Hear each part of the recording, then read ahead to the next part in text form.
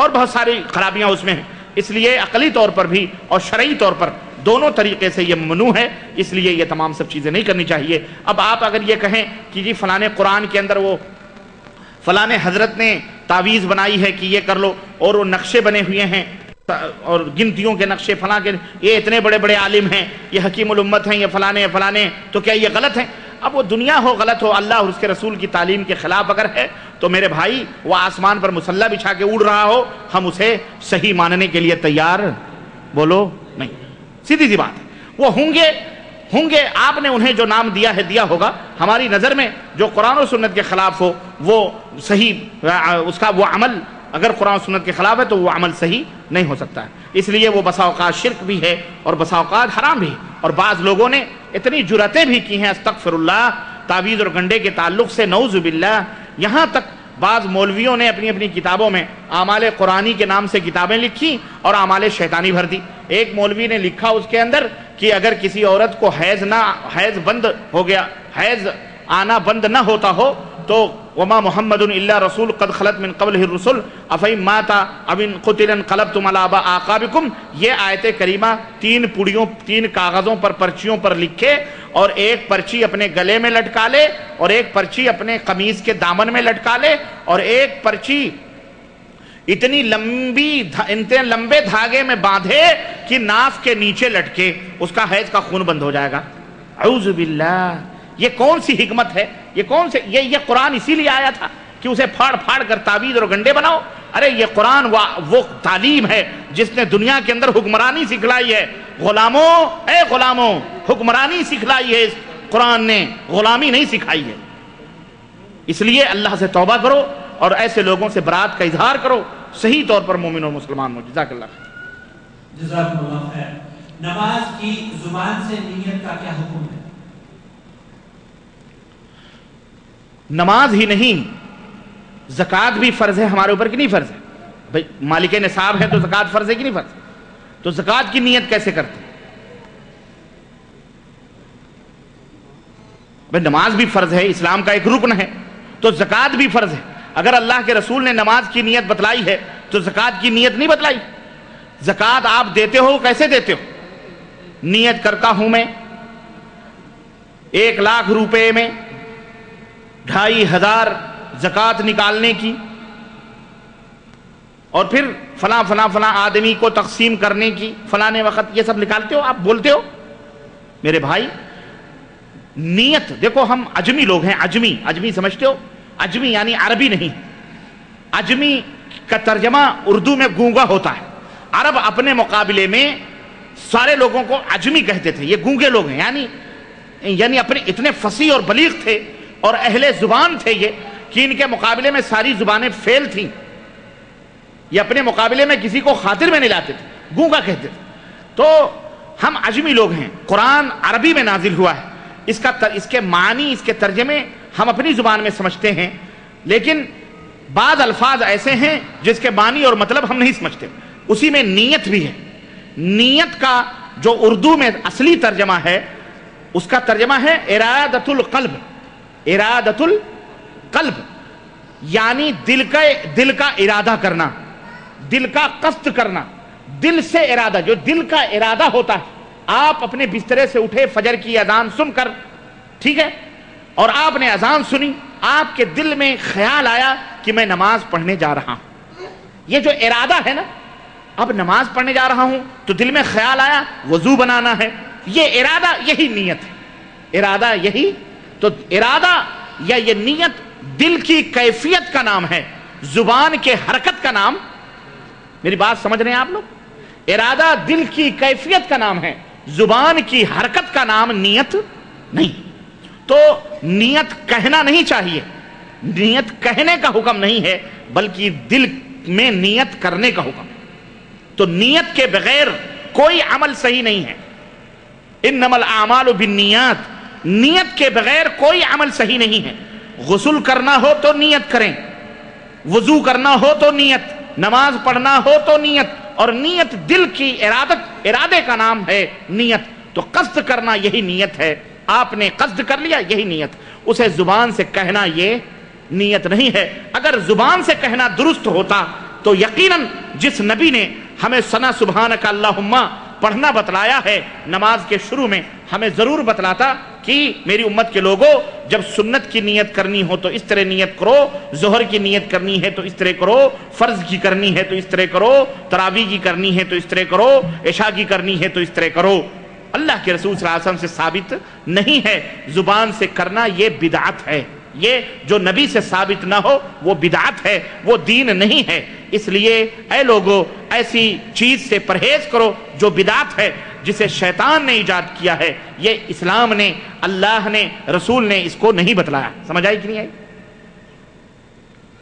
اور عجیب و غریب معاملہ، ایک بات اور بتاؤں، دو بدعتیں عجیب و غریب بڑی شدت کے ساتھ ہماری قوم کے اندر رائج ہے کہ جس کا چھوڑنا اتنا ضروری ہے جس کی کوئی حد نہیں، اور یہ دونوں شیطان کی لگائی ہوئی۔ ایک اب عجیب و غریب نماز جیسی اہم عبادت جو توحید کے بعد ہمارے اوپر ہے، شیطان نے اس کو برباد کرنے کا مکمل اسکیم بنا کر طریقہ بتلا کے رکھا ہوا ہے۔ کیا؟ شروع کرو تو بدعت سے۔ کیا؟ آدمی آتا ہے تو سب سے پہلے کیا کرتا ہے؟ یہ ہاتھ لے جاتا ہے، کان پر پکڑتا ہے، بعض لوگ یہ کرتے ہیں، بعض لوگ یہاں چھواتے ہیں، یا انگوٹھا یا کانوں سے لگاتے ہیں، حالانکہ یہ بھی غلط ہے۔ نبی کریم صلی اللہ علیہ وسلم سے یہ ثابت بولو نہیں۔ انگوٹھے سے کان کو ٹٹولنا یہ نبی صلی اللہ علیہ وسلم سے ثابت نہیں۔ تو انگوٹھے پکڑ یہ چھواتے ہیں اور اس کے بعد کہتے ہیں نیت کرتا ہوں میں 4 رکعت نماز فرض واسطے اللہ تعالیٰ کے منہ میرا کعبہ شریف کی طرف پیچھے اس امام کے، ہے کہ نہیں؟ ایسے تو کہتے ہیں فرض اللہ تعالیٰ کے لیے یا سنت رسول اللہ صلی اللہ علیہ وسلم کی۔ اتنی دیر میں سورہ فاتحہ بھی گزر جائے ان کو پرواہ نہیں ہوتی۔ یہ ضرور کہے گا کہ نہیں کہے گا؟ سنت بھی اکیلے کھڑا ہوگا تو اتنی دیر کے بعد پھر اللہ اکبر کہہ کے نہیں، یہ غلط ہے۔ ارے یہ ایک بدعت یہ۔ نمبر 2، آخر میں ایک بدعت رکھی ہے شیطان نے، اور وہ کیا ہے؟ جیسے ہی امام نے کہا السلام علیکم ورحمۃ اللہ، السلام علیکم ورحمۃ اللہ، ہمارے ملکوں میں جیسے ہی امام نے سلام پھیرا ویسے ہی پیچھے مؤذن کہتا ہے اللہم آمین، ہے کہ نہیں؟ تھوڑی دیر کے بعد پتہ نہیں پھر برحمتک یا ارحم الراحمین، صاحب چلو جمعے کی، ایسے ہی ہوتا ہے کہ نہیں ہوتا؟ دعا مانگتے ہیں ہمارے لوگ، آپ سب ہم ہی ہیں، ہماری قوم ہے، ہمارے لوگ ہیں، ہماری برادری ہے، سب کچھ ہم مسلمان ہیں، ایک برادری ہے، دعا بھی ہم مانگتے ہیں۔ امام دنیا ہم در و دیوار تک رہے ہوتے ہیں، ہم ادھر دیکھ رہے ہیں، ادھر دیکھ رہے ہیں، ادھر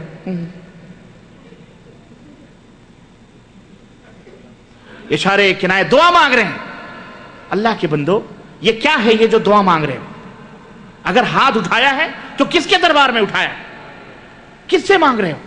اگر میں آپ کے پاس آؤں اور میں کہوں بھائی عبد الرحمن مجھے 10 روپے قرض دے دو یا 10 روپے صدقہ کر دو، ایسے مانگوں یا ایسے مانگوں تو آپ مجھے دو گے؟ چماٹ کھینچ کے مارو گے، بدتمیز آدمی۔ ابے یہ مانگنے کا طریقہ ہے؟ منہ ادھر کیوں کر رہا ہے، ادھر کیوں کر رہا ہے، ادھر ادھر کیوں دیکھ رہا ہے، ادھر کھجلا رہا ہے، ادھر کھجلا رہا ہے، سلیقے سے مانگ۔ لیکن اگر میں آپ کے پاس آؤں، میں کہوں بھائی عبد الرحمن میں بڑا غریب ہوں، مسکین ہوں، عاجز ہوں، اللہ آپ کے بچوں کو سلامت رکھے، دعا دوں آپ کو، مجھے 10 روپے دے دو، تو آپ کا دل نہ بھی چاہے گا تو 10 روپے نہ صحیح جتنا بھی ہوگا 5 روپے نکال کے دے دو گے کہ نہیں دو گے؟ یہ عجز اور انکساری اور مسکینیت اللہ کے دربار میں۔ لیکن آج بھی یہاں بھی دعا لوگ مانگتے ہیں، ہماری قوم، ہمارے ملکوں کے لوگ اللہ کی قسم ہے ادھر ادھر دیکھتے ہیں، ان کو وہ دعا سلیقے سے نہیں مانگتے۔ بتاؤ ایسی دعا قبول ہوگی؟ تو یہ ایک بدعت شروع میں، اور جیسے ہی نماز اہم ختم ہوئی ویسے ہی بدعت وہ شروع ہے۔ بعض مسجدوں میں تو تھوڑی دیر کے بعد پھر امام صاحب اس میں الفاتحہ بھی ہوتی ہے آج کل، اور اس کے بعد ان اللہ وملائکتہ یصلون علی النبی یا ایھا الذین آمنوا صلوا علیہ وسلموا تسلیما اللہم صلی علی سے، ہے نہیں؟ آج کل رائج ہے کہ نہیں رائج ہمارے ملکوں میں؟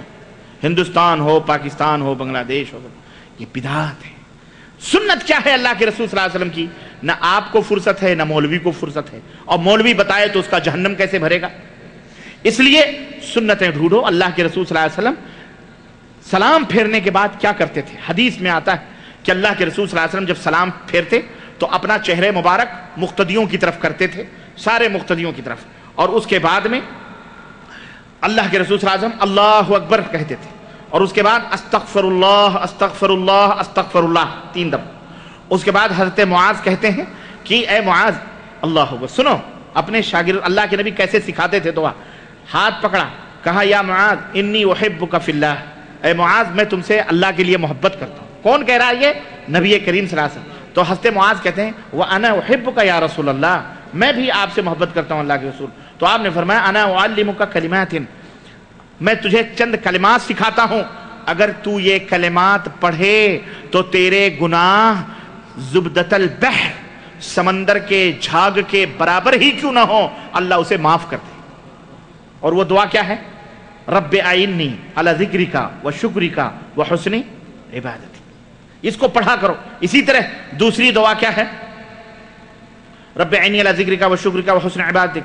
اللہم لا، دوسری دعا اللہم لا مانع لما اعطیت ولا معطی لما منعت لا ينفع ذا الجد منک الجد. اللہم انت السلام منک السلام تبارکت یا ذا الجلال والاکرام لا حول ولا قوة الا باللہ لا الہ الا اللہ وحدہ لا شریک لہ لہ الملک ولہ الحمد وہو علی کل شیء قدیر. اس کے بعد 33 دفعہ سبحان اللہ، 33 دفعہ الحمدللہ، 33 دفعہ اللہ اکبر، اور 1 دفعہ لا الہ الا اللہ وحدہ لا شریک لہ لہ الملک ولہ الحمد وہو علی کل شیء قدیر. اس کے بعد آیت الکرسی. اس کے بعد اللہ کے رسول صلی اللہ علیہ وسلم نے فرمایا ہر نماز کے بعد جو بندہ آیت الکرسی پڑھتا ہے وہ اس کے اور موت کے درمیان، اس کے اور جنت کے درمیان صرف موت حائل ہے، بس وہ مرے گا جنت میں جائے گا. اتنی بڑی فضیلتیں شیطان نے چھڑوا کر اللہم آمین اور الفاتحہ پہ ٹھونک دی، نہ جس کا ثبوت ہے نہ کوئی دلیل ہے. تو شروع کرو تو بھی بدعت سے، اور جب نماز ختم ہو تو بھی گند سے. شروع میں بھی غلاظت لگا دی، اور یہ پانی گلاس کا ہے، اگر یہاں گو لگا ہو اوپر بھی گو لگا ہو، پیے گا کوئی؟ بولو. تو ایسا ہی ہے، نماز گند جا رہی ہے، شروع میں بھی اور آخر میں بھی پنچ کر کے شیطان. مت پڑھو ایسی نماز. ہاں نماز سیکھو، نماز بولو پڑھنا سیکھو. جیسے ٹیلرنگ سیکھتے ہو، انجینئرنگ سیکھتے ہو، ڈاکٹری سیکھتے ہو، اور دنیا بھر کی تعلیمات سیکھ کر کے یہاں آئے ہو، ڈرائیونگ سیکھتے ہو، ایسے ہی نماز سیکھو. نماز دیکھی دیکھا مت پڑھو، نماز سیکھو. اور نماز کیسے سیکھو گے؟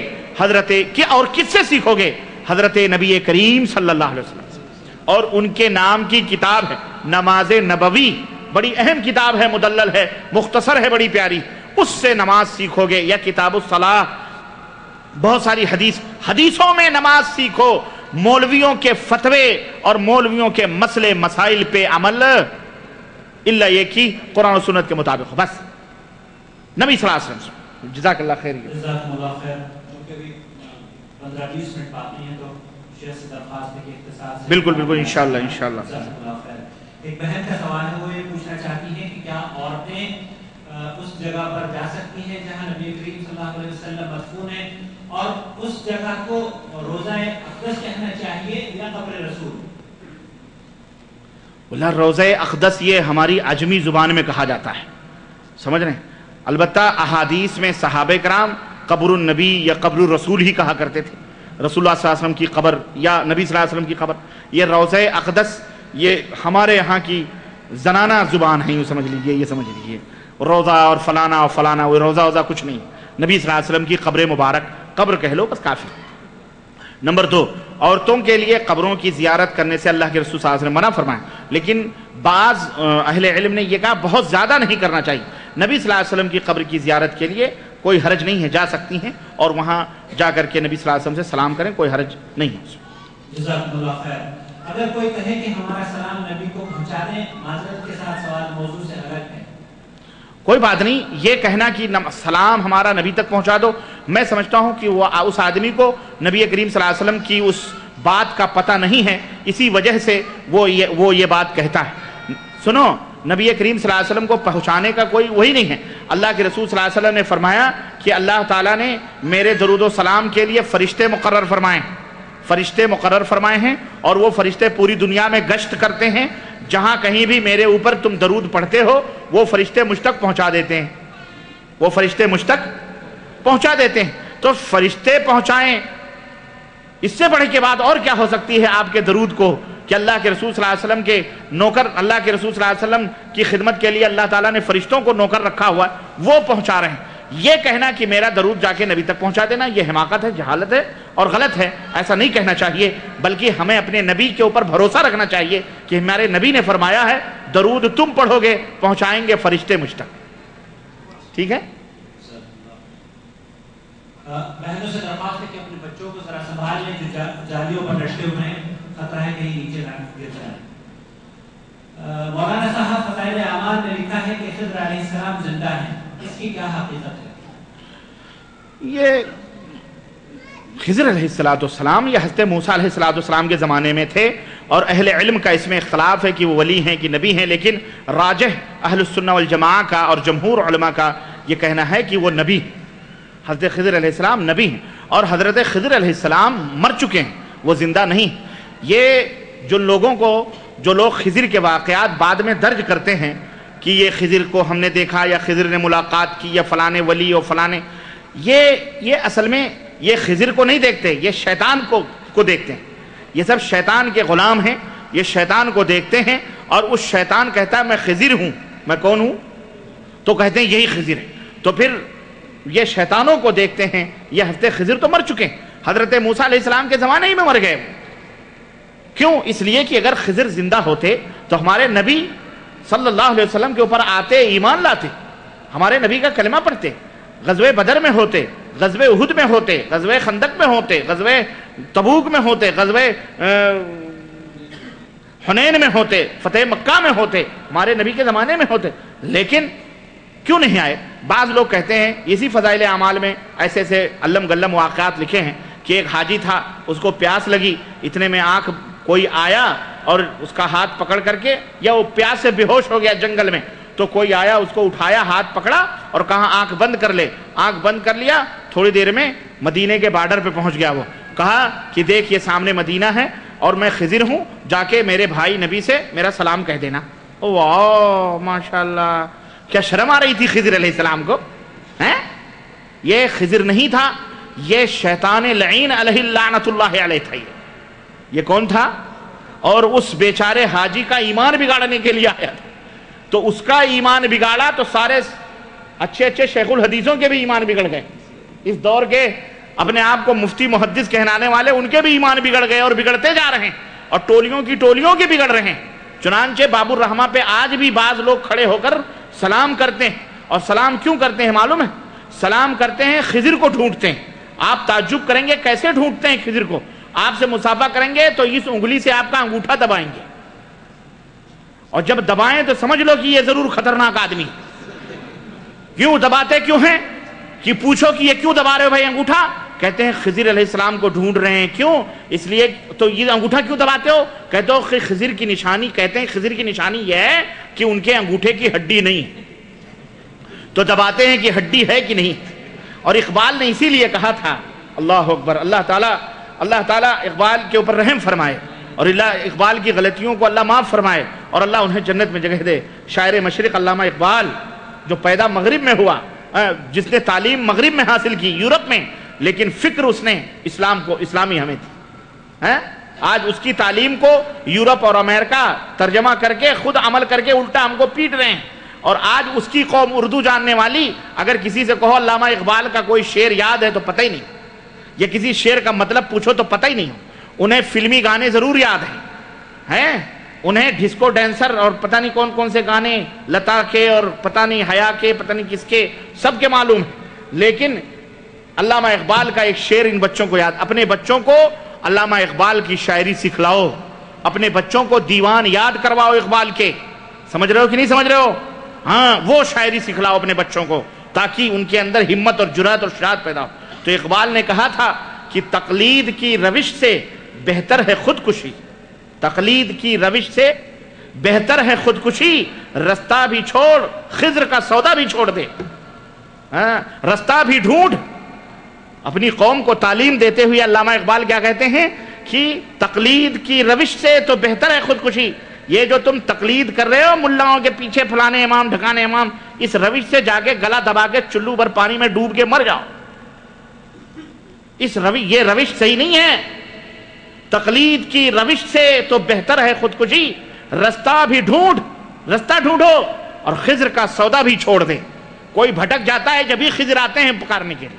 غزوہ بدر ہوا خضر نہ آئے، نبی کریم کے دندان مبارک شہید ہوئے خضر نہ آئے، اور ان کے پیر و مرشدوں کو جو مرتے ہیں اور کہیں پیاسے مر رہے ہیں کہیں بھٹک گئے تو خضر آ کے ان کو مدینہ مکہ پہنچاتے ہیں. استغفر اللہ، سب بکواس ہے. یہ بدعقیدگی اور توہم پرستی اور شیطان پرستی کی دلیلیں ہیں. اللہ اس دلدل سے اس امت کو نکالے.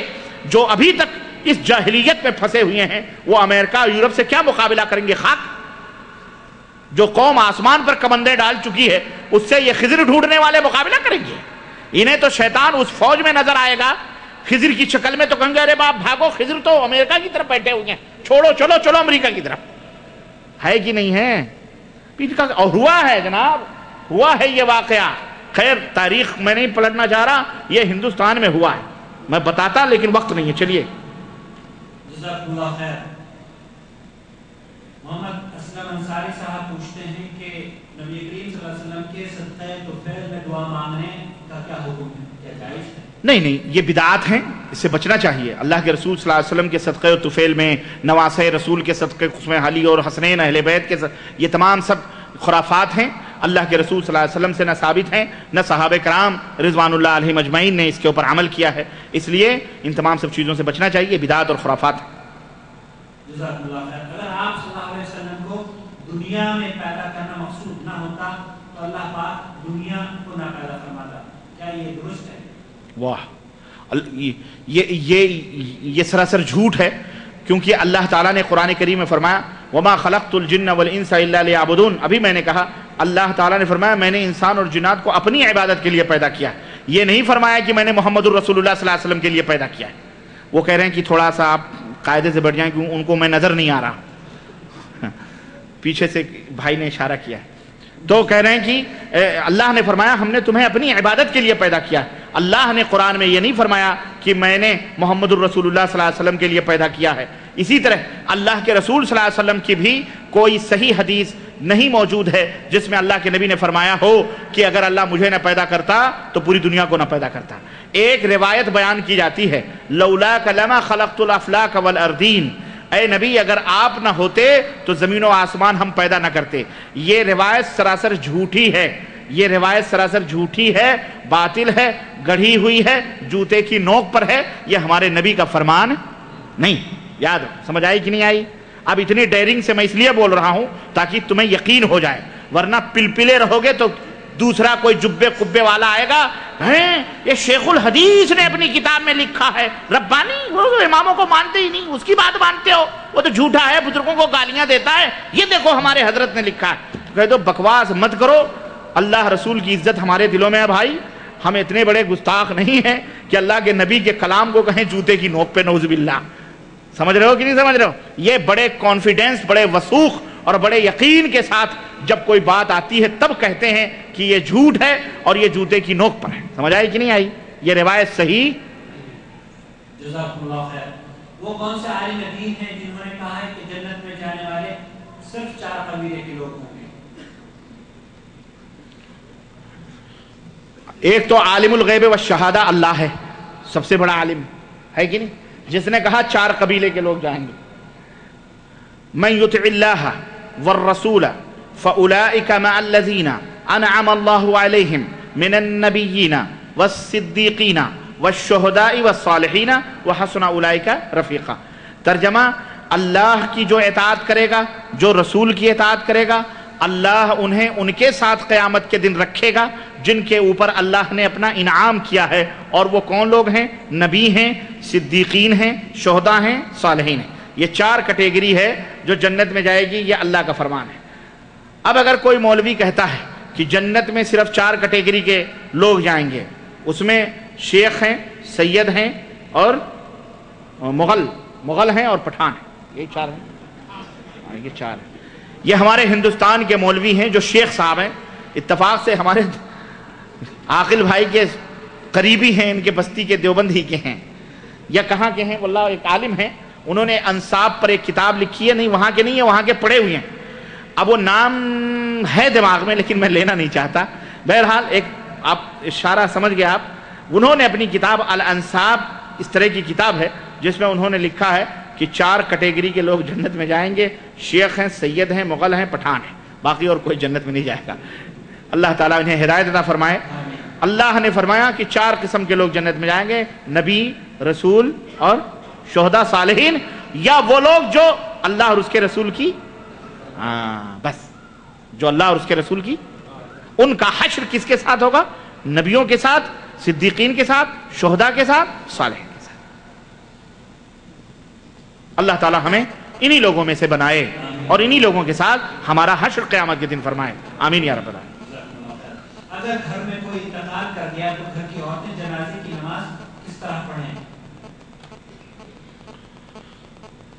واللہ جنازے کی نماز عورت پڑھ سکتی ہے، اس میں کوئی حرج نہیں ہے۔ گھر میں انتقال ہو گیا ہے، مسجد میں جنازہ ہو رہا ہے تو ساری عورتیں جائیں مسجد میں، مسجد کے اندر جنازے کی نماز پڑھیں، اور ہاں الحمدللہ جاتی ہیں ہماری عورتیں مسجد کے اندر، پورے گھر ہی کیا رشتہ داروں کی عورتیں، جتنے مرد آتے ہیں اسے کہیں زیادہ عورتیں پہنچ جاتی ہیں نماز جنازہ پڑھنے کے لیے۔ اور علامہ ابن تیمیہ رحمۃ اللہ علیہ، اللہ اکبر، جانتے ہو ابن تیمیہ؟ علامہ ابن تیمیہ رحمۃ اللہ علیہ کی نماز جنازہ کے اندر تعداد مورخین نے بتلائی ہے، صرف عورتوں کی تعداد 1 لاکھ کے برابر تھی۔ اور اس کی وجہ کیا تھی؟ بعض علماء نے بتایا کہ ابن تیمیہ کے جنازے میں عورتیں اتنی کثیر تعداد میں کیوں شریک ہوئیں، اس کی وجہ یہ تھی کہ اس دور میں جو تقلیدی جال بچھا ہوا تھا اور طلاق ثلاثہ کا مسئلہ تھا کہ 3 طلاق اگر کسی نے اپنے بیوی کو دے دی تو تینوں واقع ہو جاتی ہے، ابن تیمیہ نے اس کو حدیث اور قرآن کی روشنی میں غلط قرار دے کر کے یہ فرمایا، اللہ اور اس کے رسول نے یہ نہیں کہا ہے کہ 3 طلاق دے دو تو 3 واقع ہو جاتی ہے، بلکہ اگر کوئی ایک مجلس میں 3 طلاق دے تو 1 ہی واقع ہوگی۔ اور اس مسئلے نے عورتوں کو جو شجاعت اور وہ بہادری دی تھی جو آج ہمارے ہندوستان میں عورتوں کو ملی ہوئی ہے۔ بھلا پتہ ہے آپ کو، ہندوستان میں عورتوں نے باقاعدہ مولویوں کے منہ پر ٹیپ لگا دی ہے، شترتون چپکا دیے گا، چپ۔ اللہ نے قرآن میں فرمایا سارے مولوی بغاوت کر گئے، آپس میں بٹ گئے، ایک مسلم پرسن اللہ بنایا تو دوسرے نے کہا مسلم پرسن اللہ جدید بناتے ہیں، کہ حکومت نے بھی فیصلہ کر دیا، حکومت نے کہا بھائی تمہارے قرآن میں حدیث میں 3 طلاق 1 ہی مانی جاتی ہے، بات ختم۔ تو کہنے نہیں مانیں گے، ہم نہیں مانیں گے، تو مت مانو قرآن حدیث کی بات کو، تو آج تو کافر بھی پیٹے گا، ایسے ہی پیٹتے۔ تو ابن تیمیہ نے اس وقت یہ اعلان کیا تھا کہ ایک مجلس کی 3 طلاقیں قرآن میں حدیث میں نہیں ثابت ہیں کہ وہ تینوں ہوتی ہیں، بلکہ 1 ہی ہوتی ہے۔ چنانچہ وہ مسئلہ اس قدر ان کے دشمن بھی ہوئے لوگ، لیکن الحمدللہ بہت کافی اللہ کے فضل سے اصلاح ہوئی، اور عورتوں نے راحت کا سامان، راحت کی سانس لی عورتوں نے، اس خوشی میں، اس تشکر میں، اس احسان مندی کے تلے ان عورتوں نے امام ابن تیمیہ کو یہ خراج عقیدت پیش کی تھی کہ جب وہ مرے تو 1 لاکھ عورتوں نے ان کی جنازے کی نماز پڑھی تھی، اور مرد تو خیر جو تھے وہ تھے۔ سمجھ آئی کہ نہیں؟ تو عورتیں بھی نماز جنازہ میں شریک ہو سکتی ہیں، مسجد کے اندر نماز جنازہ ہوتی ہے، مسجد کے اندر جائیں، نماز پڑھیں جنازے کی، یا اگر میدان میں ہے تو میدان میں بھی پردہ کیا جائے، عورتیں پڑھیں اور مرد پڑھیں اس کے پیچھے، سمجھ رہے ہیں؟ بے شک جائز ہے۔ جزاکم اللہ خیر۔ گھر میں اگر سانپ آ جائے ہم 3 دن تک انتظار کرتے رہیں گے؟ حدیث میں غالباً 3 مرتبہ اس کو بھگانے کا حکم ہے۔ یہ مدینے کا حکم ہے، مدینے کے اندر آپ کے گھر میں جنات رہتے ہیں، اللہ کے نبی نے یہ فرمایا، آپ نے فرمایا مدینے میں جن رہتے ہیں، مدینے میں جن رہتے ہیں۔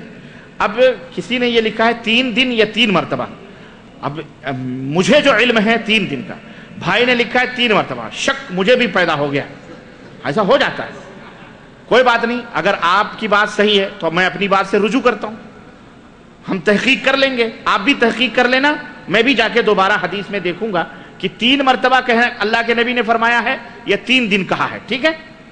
آپ بھی تحقیق کر لینا، کرو گے؟ تاکہ اس مجلس میں یہی فیصلہ ہو جائے، قیامت کے دن نہ ہو میں ربانی نے کہا تھا 3 دن تو وہ نعوذ باللہ ہم جھوٹے بنے، اور وہ 3 بار اللہ کے نبی نے فرمایا ہو۔ مجھے جو علم ہے میں یہ سمجھ رہا ہوں کہ اللہ کے رسول صلی اللہ علیہ وسلم نے فرمایا کہ مدینے میں جن ہوتے ہیں، اس لیے 3 دن ان کو اجازت کہو کہ نکل جائیں، اب بھائی نے کہا 3 مرتبہ تو وہ مجھے پتا نہیں ہے، میں جا کے پھر دیکھوں گا انشاءاللہ، تو آپ لوگ بھی تحقیق کر لینا، ٹھیک ہے؟ یا اگر کوئی اہل علم بیٹھے ہیں، کسی کو بالضبط یقین ہے کہ وہ 3 مرتبہ تھا یا 3 دن تھا تو بتا دیں، اللہ انہیں جزائے خیر دے۔ حدیث دیکھیے 3 مرتبہ 2 گواہیاں ہیں، تو میں اپنی بات سے رجوع کرتا ہوں، اور اللہ کے نبی نے گویا 3 مرتبہ فرمایا، اللہ آپ لوگوں کو جزائے خیر دے بھائیوں۔ اب غلط ہے تو ان کے سر پہ ہے، میں اپنی طرف سے رجوع کرتا ہوں۔ ربانی صاحب، جنت میں جانے والا کون سا فرقہ ہے جبکہ ہر فرقہ یہ کہتا ہے کہ ہم جنت میں جائیں گے؟ دیکھو، اولاً اسلام میں 73 فرقے ہوں گے، اس میں کوئی شک نہیں، 73 فرقے ہوں گے، اور اللہ کے حبیب صلی اللہ علیہ وسلم اللہ ان کے اوپر کروڑ رحمتیں نازل فرمائے، اور وہ محسن ہیں امت کے، اپنے امت کے لوگوں کو بتا کے گئے ہیں 73 فرقے ہوں گے، اور ان فرقہ بننے سے کوئی روک نہیں سکتا دنیا میں، یہ ہوں گے، انہیں کوئی روک نہیں سکتا، لیکن ان میں 72 فرقے جہنمی ہوں گے، 1 فرقہ جنتی ہوگا۔ پوچھا گیا وہ کون سا ہے، تو آپ صلی اللہ علیہ وسلم نے فرمایا ما انا علیہ واصحابی، اور ایک دوسری روایت میں ہے ما انا علیہ الیوم واصحابی، میں جس پر ہوں اور میرے صحابہ جس دین پر ہیں، اور ایک دوسری روایت میں ہے میں جس پر ہوں آج اور میرے صحابہ جس دین پر ہیں آج، وہ قیامت تک جو لوگ اس پر قائم رہیں گے وہ جنت میں جائیں گے، ٹھیک ہے؟ دیکھ لو، ایمان سے نماز روزہ بعد میں، پہلے ایمان اور عقیدہ کتابیں یہ تمام سب کھنگال لو، دیکھو کہ کون کس عقیدے پر ہے، جو صحابہ نبی کے عقیدے پر ہوں وہی لوگ جنت میں جائیں گے، اور جو ان کے عقیدے پر نہیں ہیں وہ جہنم میں جائیں گے، بھلے کثیر تعداد میں ہوں، اور جو لوگ صحابہ اور نبی کے ایمان اور عقیدے اور عمل پر ہیں وہ لوگ بھلے اکیلا کیوں نہ ہو، وَلَوْ كُنْتَ وَحِيدًا فَأَنْتَ الْجَمَاعَةِ، تم اکیلے کیوں نہ ہو تم ہی جماعت ہو۔ سمجھ آئی کہ نہیں آئی؟ یہ نہ سوچو تم اکیلے نبی کے اور صحابہ کے راستے پر ہو تو تم اکیلے جنت میں جاؤ گے، یہ 99 کہاں جائیں گے؟ جہنم میں جائیں گے۔ جزاک اللہ خیر۔ دفن کرتے وقت کیا قبر پر اذان دینا جائز ہے؟ نہیں، یہ بدعت ہے، غلط ہے، نبی صلی اللہ علیہ وسلم سے ثابت نہیں۔ عصر کی نماز کے بعد طواف کی 2 رکعت کا پڑھنا کیا جائز ہے؟ جائز ہے، اس لیے کہ نماز 2 طرح کی ہوتی ہے، ایک تو حکم ہے ہمارے اوپر فرض ہے وہ ہم پڑھتے ہیں، ہے نا، یا نبی صلی اللہ علیہ وسلم نے سنت بتلائی، ایک نماز وہ ہوتی ہے جو کسی سبب سے ہمارے اوپر لازم ہوتی ہے، ہمارے لیے وہ لازم نہیں ہے لیکن وہ کسی سبب سے ہمارے اوپر آئی ہے۔ مثال کے طور پر آپ نے طواف کیا، اب جب طواف کیا تو اللہ کے نبی نے فرمایا 2 رکعت نماز پڑھو، طواف کی تو طواف نہ کرتے تو وہ 2 رکعت نماز، تو طواف کرنے کی وجہ سے وہ نماز آپ کے اوپر لازم ہوئی۔ ایسے ہی جب آپ مسجد میں آئیں تو 2 رکعت نماز پڑھے بغیر مسجد میں نہ بیٹھیں، یہ اللہ کے نبی کا حکم ہے۔ اگر آپ عصر بعد بھی مسجد میں آئیں تو اہل علم کہتے ہیں چونکہ آپ عصر بعد بھی مسجد میں آئے ہیں اور بیٹھنا چاہتے ہیں تو 2 رکعت پڑھے بغیر نہ پڑھو، حالانکہ منع ہے، لیکن مسجد میں آنا سبب ہے، اس سبب سے آپ کے لیے ضروری ہے، اگر نہ آتے تو آپ کے اوپر پڑھنا۔ ایسے ہی فجر بعد کا بھی حکم ہے، تو کچھ مخصوص حالات ہیں جو آپ کے لیے وہ وقت آتے ہیں، وہ چیز آپ کے اوپر لازم ہوتی ہے، اگر وہ حالات نہ آئے تو آپ بری ہیں، ٹھیک ہے؟ جزاک اللہ خیر۔ کیا وضو کرتے وقت سر کا مسح کرنے کے بعد انگوٹھوں کو چومنا چاہیے؟ سر کے مسح کرنے میں انگوٹھوں کو چومنے سے کیا مطلب ہے؟ غلط ہے، یہ تمام سب خرافات ہے۔ جی، تزمین کی طرف سے کیا اعلان ہے کہ ہر جمعے کی شب عشاء کی نماز کے بعد اسی مسجد میں درس ہوتا ہے اردو میں، آپ سب سے درخواست ہے کہ اس میں ضرور تشریف لایا کریں۔ سوال یہ ہے شیخ کہ مرد اور عورت کی نماز میں فرق کو حدیث کی روشنی میں واضح فرما دیں۔ مرد اور عورت کے حرکات اور سکنات، رکوع، سجود، دعا کوئی فرق نہیں، ٹھیک ہے؟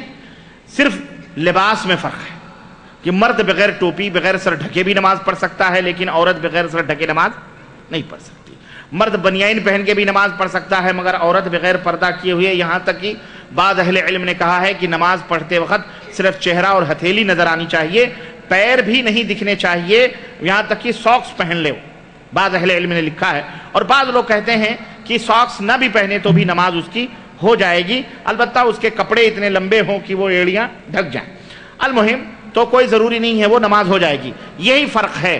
اور مردوں کے لیے ٹخنے کے اوپر کپڑا ہونا چاہیے، عورتوں کا ٹخنے کے نیچے ایڑیاں ڈھکنی چاہیے، مردوں کا ٹخنے کے اوپر کپڑا ہونا چاہیے. یہی چند فرق ہیں بقیہ نماز میں، کہ کوئی فرق مرد اور عورت کے اندر نہیں ہے. اور جو لوگ فرق کرتے ہیں اللہ انہیں ہدایت عطا فرمائے. ان کے پاس نبی کریم صلی اللہ علیہ وسلم کی کوئی بھی صحیح روایت موجود نہیں ہے. کنفرم. جزاک اللہ خیر. جی اگر کوئی خاوند کسی چھوٹی موٹی بات پر بیوی کو گالیاں نکالے اور وہ شادی کرنے کو بولے تو اس پر بیوی کیا کرے؟ اسلام کیا کہتا ہے؟ دیکھو، کوئی شوہر اگر اپنے بیوی پہ ظلم کرتا ہے تو بیوی کو چاہیے کہ وہ صبر کرے. یقیناً اللہ تعالیٰ کے ہاں وہ شوہر قیامت کے دن پکڑا جائے گا، کیونکہ اس نے اپنے بیوی کے اوپر ظلم کیا ہے. کیونکہ وہ بیوی ہے، وہ ہماری نوکرانی نہیں ہے، تمہاری نوکرانی نہیں. شادی ہوئی ہے نہ کہ تمہاری نوکرانی بن کے آئی ہے، اس لیے اسے گالی نکالنا، گلوچ بکنا یہ حرام ہے. اور قیامت کے دن اس کا اجر، اس کا مواخذہ، اس کی گرفت انشاءاللہ ہوگی اگر وہ معافی تلافی بیوی نے معاف نہیں کیا ہے. تو ایک تو یہ ہے. نمبر 2، اگر وہ یہ کہتا میں دوسری شادی کروں گا تو بہرحال اس کے لیے حلال ہے، آپ کو کیا تکلیف ہے؟ اگر وہ دوسری شادی کی بات کر رہا ہے تو کرنے دو اس کو. جاؤ بھائی، ہم کون ہوتے ہیں اللہ اور اس کے آخری سوال پر اس کے اختتام